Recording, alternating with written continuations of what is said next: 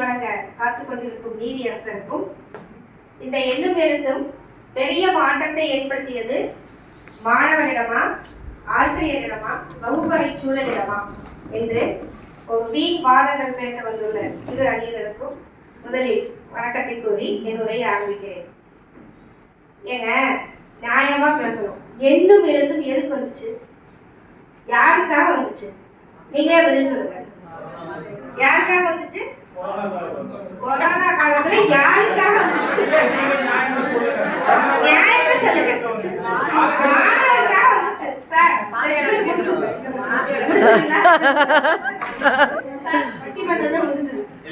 மாணவருக்காக வந்ததுன்னு ஆடியன்ஸே சொல்லிட்டாங்க. இதுல என்ன மாற்றம்? இதுல எதுக்கு இவங்க வகுப்படைகிறாங்க, ஆசிரியர் இருக்காங்க? மாணவர்கள் மத்தியில் மட்டும்தான். அதனால சரியான தீர்ப்பை சரியான முறையில நீங்க சொல்லுவீங்கன்னு எதிர்பார்த்து முடிக்கிறேன். நன்றி. மாணவர் அணி சார்பா நமது சகோதரி மிக சிறப்பா பேசினாங்க. இந்த ஸ்கீம் கொண்டு வந்ததே மாணவர்களுக்காக தான். அப்ப அவங்க தான் இதுல ஹீரோ, தெளிவா பேசினாங்க. அடுத்தது மாணவர்கள் இல்ல, அத ஆசிரியர்கள் தான் நெறிப்படுத்துறாங்க, ஆராய்ச்சி பண்றாங்க. அவங்கள பத்தி எது சொல்ல வராங்க? அனைவருக்கும் வணக்கம். கல்லெல்லாம் மாணிக்க கல்லாகுமா, கலையெல்லாம் கண்கள் சொல்லும் கலையாகுமா, சொல்லெல்லாம் தூய தமிழ் சொல்லாகுமா. இது மாதிரி ஒரு கல்லா இருக்கிறத சிற்பமா ஆக்குறது யாரு? ஆசிரியர். நீங்க என்னதான் கொரோனா காலமா இருந்தாலும், பசங்க 18 மாசமா படிக்கிறேன்னு சொல்லியிருந்தாலும், யாரு வந்து பாடம் நடத்துவா? மாணவனுக்கு பாடம் நடத்திக்குவானா? இத்தனை காலமா நடந்துட்டே இருந்தாலும் வாழ்க்கை சூழல்னு ஒண்ணு இருக்கு, பெரும் போராட்டம்னு ஒண்ணு இருக்கு, பேர் ஆபத்துகள்னு ஒண்ணு இருக்குல்ல. எல்லாத்தையும் சேர்த்துதானே நம்ம பாடம் நடத்தணும். ஆசிரியர்கள் தானே நம்ம நல்ல சமுதாயத்தையே உருவாக்குறாங்க. அது எப்படி நீங்க ஆசிரியர் இல்லைன்னு நீங்க சொல்லலாம்? எல்லாத்துக்குமே படம் பார்க்கறது ரொம்ப பிடிக்கும். ஆனா அந்த படத்தை எடுக்கிறவன் ஒருத்தன் இருந்தா தானே படம் பார்க்க முடியும்.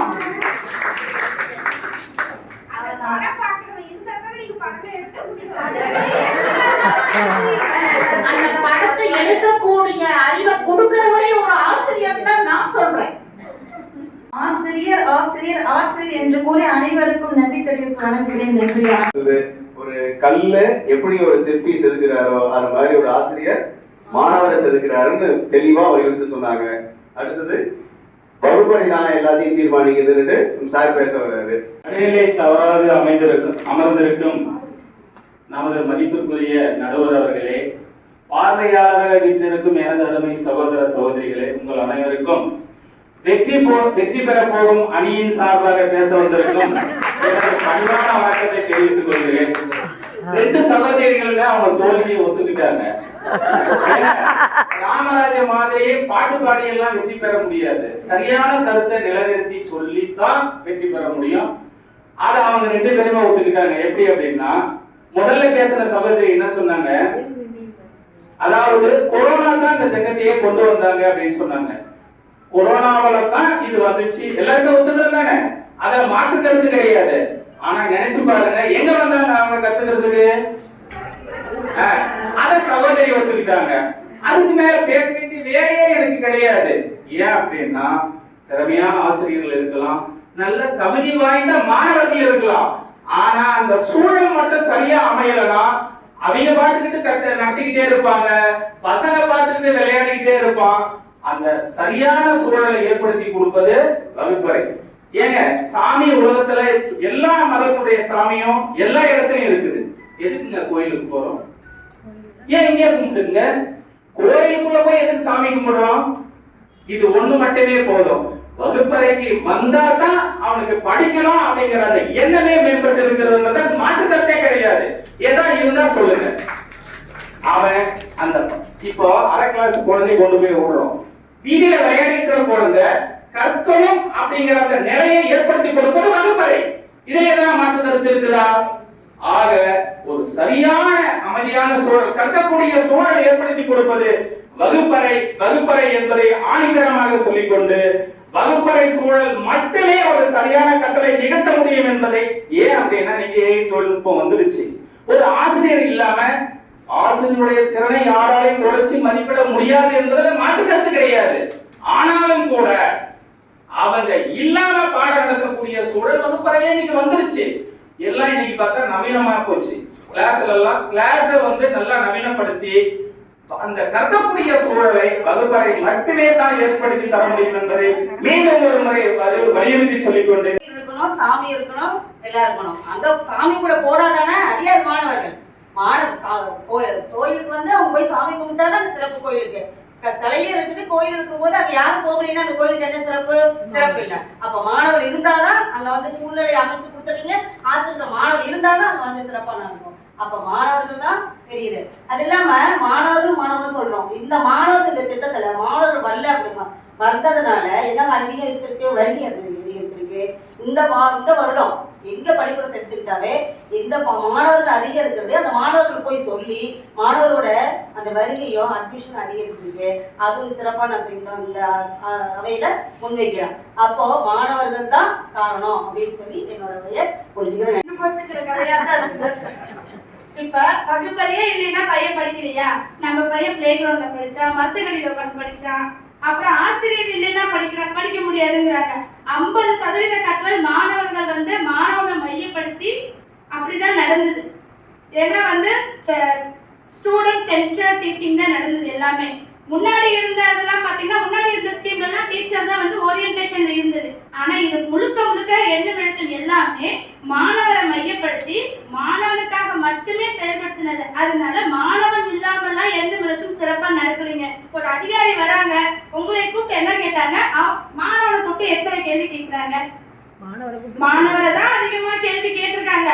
அவன் பெர்ஃபார்ம் பண்ணா மட்டும்தான் உங்களுக்கு வந்து வெற்றி. அதனாலேயே எண்ணம் எழுத்தும் வந்து மாணவர் மையப்படுத்தின முறைதான் அப்படிங்கறத நாங்க சொல்லிக்கிறோம். படிக்கக்கூடிய சூழலை ஏற்படுத்தி தருவது வகுப்பறை. இன்று வகுப்பறையில் பெரிய மாற்றத்தை ஏற்படுத்தியுள்ளது ஆசிரியரே என்ற தலைப்பில் பேச வந்துள்ளேன். முதல்ல வந்து மாற்றம் ஒன்றே மாறாதது அப்படின்னு சொல்லுவோம். அந்த மாற்றம் பார்த்தோம்னா இந்த எண்ணும் எழுத்தும் வந்த பிறகு முதல்ல வந்தது ஆசிரியர் கிட்டதான். கங்கா சந்திரமுகியா நின்னா, கங்கா சந்திரமுகியா தன்னை நினைச்சுக்கிட்டா, கங்கா சந்திரமுகியா மாறினா. அப்படிதான் நமக்குள்ள இந்த எண்ணம் எழுத்தும் திட்டம் வந்தது. அது வந்தப்ப நம்ம எல்லாம் பெரிய இதுவா பார்த்தோம். அதுக்கப்புறம் அதுக்குள்ள நம்ம ஒன்றி போயிட்டோம். பசங்களை விட எல்லா இடத்துலயும் ஆர்வமா முதல்ல வந்து நின்னது ஆசிரியர்கள் தான். நம்மள பேக் டு காலேஜ் லைஃப், நம்ம எப்படி ஒரு காலேஜ் படிக்கும் போது துருதுருன்னு சுறுசுறுப்பா எல்லாத்தையும் எடுத்து கட்டி செய்வோமோ, இப்ப நாளைக்கு ரிட்டையர்மெண்ட் ஆக போற டீச்சர்ஸ் கூட அந்த ஸ்டேஜ்ல தான் இருந்தாங்க. அப்ப இன்னும் எழுத்தும் மாற்றத்தை கொண்டு வந்தது முதல்ல ஆசிரியர்கள் இடத்துல. நம்ம கிட்ட வந்த மாற்றம் என்னாச்சு? நாம அப்படியே அதை நம்ம குழந்தைகிட்ட கடத்திட்டு போறோம். சோ வகுப்பறைக்குள்ள வந்து வகுப்பறை சூழல் இருக்குது, மாணவர்கள் வேணும், ஆசிரியர்கள் வேணும், 3 பேரும் இருந்தாதான் ஒரு கற்றலானது அது நல்லபடியாக நிகழும். அதில் எந்த மாற்றமும் கிடையாது. ஆனால் அந்த சூழலை உருவாக்கி கொடுப்பவர் அந்த இடத்துல ஒரு ஆசிரியர். வகுப்பறை இல்லாமல் அவங்க சொன்ன மாதிரி ஒரு மரத்தடியிலையோ இல்ல ஒரு ஆன்லைன் கிளாஸ்லயோ கூட எடுக்கலாம். ஆனா அந்த சூழல் அந்த இடத்துல உருவாக்க போறது யாரு? ஒரு ஆசிரியரால மட்டும்தான் முடியும். அப்ப வகுப்பறையில் பெரிய ஒரு சின்ன ஒரு கதை மட்டும் ஒண்ணு சொல்லிக்கிறேன். ஒரு கோயில் படியேறி எல்லாரும் போய் சாமி கும்பிட்டுட்டு இருந்தாங்க. அப்ப வந்து அந்த படிக்கட்டு வந்து அந்த சிற்பி கிட்ட கேக்குது, என்னையும் ஒரே சிற்பி தான் செதுக்குனாரு, உள்ள இருக்க அந்த கடவுளையும் ஒரே சிற்பி தான் செதுக்குனாரு, ஆனா எல்லாரும் என்னை மிதிச்சு ஏறி போயிட்டு இருக்காங்க, உள்ள இருக்க தெய்வத்தை மட்டும் கையெடுத்து கும்பிடுறாங்க அப்படின்னு கேக்குறாங்க. சொல்லுது அந்த படிக்கட்டு. அதுக்கு வந்து அந்த சிற்பி சொல்றாரு, உங்க 2 பேரையும் நான் தான் செதுக்குனேன், ஆனா நான் செதுக்கும் போது உடஞ்சி போனவங்க படிக்கட்டா ஆயிட்டாங்க, அந்த வலியை தாங்கிட்டு நின்னவங்க தெய்வமா இருக்காங்க. நம்ம கிட்ட வர எந்த குழந்தையும் நம்ம உடைந்து போகாமல் தெய்வ சிலையா நிக்கணும்னு பாடுபடுறதா நம்முடைய ஒவ்வொரு ஆசிரியருமே இருக்காங்க. இப்ப பாத்தீங்கன்னா நம்ம பிள்ளைங்கன்னா சொல்லுவோம், ஆனா நம்ம பெத்த பிள்ளைங்களை விட நம்ம ஸ்கூல்ல இருக்க பிள்ளைங்களை தான் நம்ம பிள்ளைங்க அதிகம் நம்ம சொல்லுவோம். சோ எண்ணம் எழுத்தும் திட்டத்தால மாற்றம் வந்தது நம்முடைய ஆசிரியர்களிடத்தில் தான் தெய்வமாகறாங்க. அந்த மாதிரி ஆசிரியர்கள்லாம் வழியை பொறுத்துக்கிட்டு தெய்வம் ஆக்கிட்டு இருக்காங்கன்னு சொல்றாங்க. சரி, அடுத்தது வகுப்பறை சூழல் தான் இதை முக்கியம் மையப்படுத்துதுன்னு சார் பேச வர்றாரு. அனைவருக்கும் வணக்கம். இப்போ பார்த்தீங்கன்னா நம்ம இந்த கிளாஸ் ரூம் எடுத்துக்கலாம். நம்ம வந்து என்னென்ன டென்ஸில் வந்திருப்போம், பஸ்ஸில் வந்திருப்போம், டூ வீலர் வந்திருப்போம், பல பிரச்சனை வந்திருப்போம். எல்லாம் லாக் பண்ணி நமக்கு ஏசி போட்டு விட்டு இப்படி பண்ணியிருக்காங்க. நம்மளுடைய மனசை ரிலாக்ஸ் பண்ணி நம்ம மைண்ட் எங்கே இருக்கணும், கிளாஸ் ரூமில் இருக்கணும் அப்படிங்கிறத நமக்கு ஏசி போட்டு விட்டு சாக்லேட் கொடுத்து நம்ம என்கரேஜ் பண்ணி நீட்டாக ட்ரெஸ் பண்ணிட்டு சார் பார்க்கும்போது நமக்கு எப்படி இருக்கு, ஒரு இம்ப்ரெஷன் இருக்கு. சரிங்களா? நம்ம அந்த ஒரு சூழலை உருவாக்குறது எதுன்னு பார்த்தீங்கன்னா ஆசிரியர் அல்ல, மாணவர்கள் அல்ல, நம்மளுடைய வகுப்பறை தான். இப்போ ஏற்கனவே இந்த வகுப்பறை எப்படி இருந்துச்சுங்க? நம்ம ஏற்கனவே இந்த வகுப்பறை எப்படி இருந்துச்சு? அதே நார்மலா இருக்கும். கருப்பலகை, பெஞ்சு, சேரு இது மாதிரிலாம் இருக்கும். ஆனால் இப்போ எப்படி இருக்கு?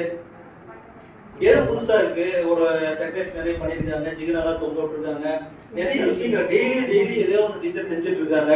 அப்படி மாணவர்களே ஒரு ஆர்வத்தை உருவாக்குறது எதுன்னு பார்த்தீங்கன்னா செய்யறது நீங்களா இருந்தாலும் அவனுக்கு ஆர்வத்தை தூண்டக்கூடிய இடம் எதுங்க? செய்யறது நீங்க தான் வெடி செய்வீங்க. யாரு அவங்க தூண்டுற எதுங்க? அந்த வகுப்பறையினுடைய சூழல் தான். ரெண்டாவது பார்த்தீங்கன்னா அதுல இருந்து நிறைய கத்துக்குவோம். ஒவ்வொன்றும் நம்ம தொங்க விட்டுருப்போம். அது நிறைய நம்ம டீச்சிங் டெஸ்ட்லேயே அவன் நிறைய கற்றுக்கலாம். நம்ம சொல்லிக் கொடுக்கறத விட அந்த டீச்சிங் டெஸ்ட் நிறைய கற்றுக்கலாம். புரியுங்களா? அதனால இதனுடைய இந்த வகுப்பறை மாற்றத்தை உருவாக்குறது எதுன்னு பார்த்தீங்கன்னா வகுப்பறை தான், சூழல் தான். சொன்ன மாதிரி பாக்கியாமிசி நான் உதாரணத்துக்கு சொல்றேன். நேற்று என்ன சொன்னாங்க, என் கிளாஸ்ல ஒரு பையன் என்ன டாபிக் கொடுத்தாலும் ஃபர்ஸ்ட் நாள் 18 நிமிஷம் பேசினான், அடுத்த நாள் ஒரே நிமிஷம் பேசினான்னு சொன்னாங்க. அந்த திறமையை கண்டுபிடிச்சது யார்? ஆசிரியர். அப்போ ஆசிரியர் தான் மிகப்பெரிய மாற்றத்தை ஏற்படுத்துவாங்க. சொன்னாங்க டைரக்டர் லதா மேடம் கூட பாராட்டாங்க, நீங்க சரளமா பேசுறீங்கம்மா, உங்கள மாதிரியே தான் பையன் பேசுறாங்க. அதேதான். அப்ப ஆசிரியர் ஆசிரியர் ஆசிரியர் மட்டுமே. சாமி தான். அதை கொண்டு போய் எங்க வைக்கிறீங்க? அது வகுப்பறை மாதிரி. கோயிலே வந்து வகுப்பறை தானே. அந்த சாமியை ஒரு மரத்தடியிலே நீங்க சொன்ன மாதிரி ஒரு படியிலே வைக்கல. இதற்கு மேல் எந்த விளக்கம் உங்களுக்கு தேவைப்படாது என்று நான் நினைக்கிறேன். ஆகவே நீங்க தாராளமா வெற்றியை நீங்க அறிவித்து விடலாம். கோயிலுக்குள்ள இருந்தாலும் நம்ம ஆக்சுவலா நான் வேகம் வரும். நீங்க சாமி கும்பிட போறீங்க, பண்றீங்க, எல்லாம் பண்றீங்க. ஆனா அச்சகத்துல ஒருத்தவங்க ஏன் வச்சிருக்காங்க? என்ன சொன்னாங்கன்னா, இந்த பசங்களை சேர்த்ததுக்கு காரணமே என்ன எழுதுன்னு திட்டம்னு சொன்னாங்க. அதனுடைய முக்கிய கருத்து பார்த்தீங்கன்னா வகுப்பறை தான் வரும். ஃபுல்லா கலர்ஃபுல்லா பண்ணலையே, நீங்க ஒரு பண்ணின ஒரு விஷயம் மாணவனை நீங்க பேசுறீங்க. இது பட்டிமன்றத்தை கடந்து ஒரு நீதிமன்றம் ஆக்கிட்டாங்க. ஒவ்வொருத்தரும் அவங்களோட வாதங்களை பார்க்கும்போது பாயிண்ட் இதுல இருந்து ஒரு பாயிண்ட் நம்ம பிடிக்கலாம். அவங்களோட பாயிண்ட தெளிவா எடுத்து சொல்லிட்டாங்க. டீச்சர் அவங்க பேசும்போது சந்திரமுகியாவே மாறிட்டாங்க, இவங்க சிற்பியாவே மாறிட்டாங்க. படிக்கல் வலிய தாங்கி வளரணும், வளர்றது அவர் ஐயா பேசும்போது தெளிவா கான்பிடன்ட். இன்னைக்கு வரைக்கும் நாங்க தான் ஜெயிக்க முடியும், எங்களை தவிர வேற யாராவது இருக்காங்களா? நீங்க டீச்சர்ஸ் யாருக்கு இருக்கீங்க? பசங்களுக்கு இருக்கீங்க. கிளாஸ் ரூம் யாருக்கு இருக்கீங்க? பசங்களுக்கு இருக்கீங்க. எல்லாரும் அவங்களோட simultaneous point opposite point team எழுதான் கொடுத்துருக்கீங்க. ஆனா ஒவ்வொருத்தரும் ஒவ்வொரு குழுவும் அவங்களோட வாதம் மிகச்சிறப்பா இருந்தது. சரி, இன்னைக்கு அரசாங்கத்தை பொறுத்த வரைக்கும் இப்ப எண்ணும் எழுத்துவ கடந்து இன்னமும் நம்ம டெக்னாலஜி எல்லாம் யூஸ் பண்ணணும்னு சொல்லி ஸ்மார்ட் போர்டு இதெல்லாம் கொண்டுட்டு வராங்க. யாருக்காக? மாணவன் வர்க்கம். இதை ஆப்ரேட் பண்ண போறது, இதை இயக்கிறது, இது நம்ம தலைப்புல வந்த மாதிரி ஆராய்ச்சி பண்ணி இதை இம்ப்ளிமெண்ட் பண்ண போறது யாரு? ஆசிரியர். சோ அடுத்தது இதெல்லாம் பயன்படுத்தி வளர போறது யாரு? மாணவர். அப்ப எல்லாருமே மாணவர் நல்லா இருக்கணும், அடுத்த சமூகம் நல்லா இருக்கணும் அப்படிங்கிறதுக்காக தான் அரசாங்கம் வகுப்பறையில இருந்து ஆசிரியர் பயிற்சியில இருந்து ஒவ்வொன்றும் பார்த்து கொடுக்குது. இது எல்லாமே வாங்கிக்கிட்டு வளர போறவங்க யாரு? மாணவர் தான். சோ இதுல ஒருத்தருக்கு ஒருத்தர் சளைச்சவங்களா? இல்ல. ஆசிரியர் இல்லாம மாணவர் வளர முடியுமா? முடியாது. வகுப்பறை சூழல் இல்லாம மாணவர் வளர முடியுமா? மாணவர் வளரலன்னா இதெல்லாம் தேவையா? நமக்கு சமூகத்துக்கு இது தேவையா? சோ எல்லாத்தையும் கூட்டி கழிச்சு எல்லாம் பார்த்தாலும் ஒருத்தருக்கு ஒருத்தர் ஒன்னோட ஒண்ணு பின்னி கிடைச்சதுதான். எல்லாருமே யாரை மையப்படுத்திருக்கோம்? மாணவரை மையப்படுத்தி தான் இருக்கோம். சோ இந்த பட்டிமன்றத்தை பொறுத்த வரைக்கும் உங்களோட வாதம் மிகச்சிறப்பா இருந்தது. இதுல இறுதி தீர்ப்பா இவங்க தான் மாணவர் தான் முக்கியம் அப்படின்னா ஆசிரியர் முக்கியம் இல்லையா? வகுப்பறை சூழல் முக்கியம் இல்லையா? ஸோ இவங்களை ஒதுக்கிட்டு அவங்க மாணவர் தான் முக்கியம்னு சொல்லிட முடியாது. வகுப்பறை சூழல் தான் முக்கியம்னு சொல்லணும்னா அப்ப நாங்க மரத்தடியில் வச்சு நடத்துறேன் சார்வாங்க, எங்களுக்கு மாணவர் தான் ஹீரோ, நான் மரத்தடியிலோட வச்சு நடத்திடுறோம், விரண்டாளோட வச்சு நடத்திடுறோம். அப்ப வகுப்பறை சூழலும் மிக முக்கியம். அந்த சூழலை மையப்படுத்துறதுக்காக தான், அதை இன்னும் மெருகேற்றதுக்காக தான் அரசாங்கமும் இப்போ பாலா பெயிண்டிங்ல இருந்து ஸ்மார்ட் போர்ட்ல இருந்து எவ்வளவு டெக்னாலஜி கொண்டு வராங்க.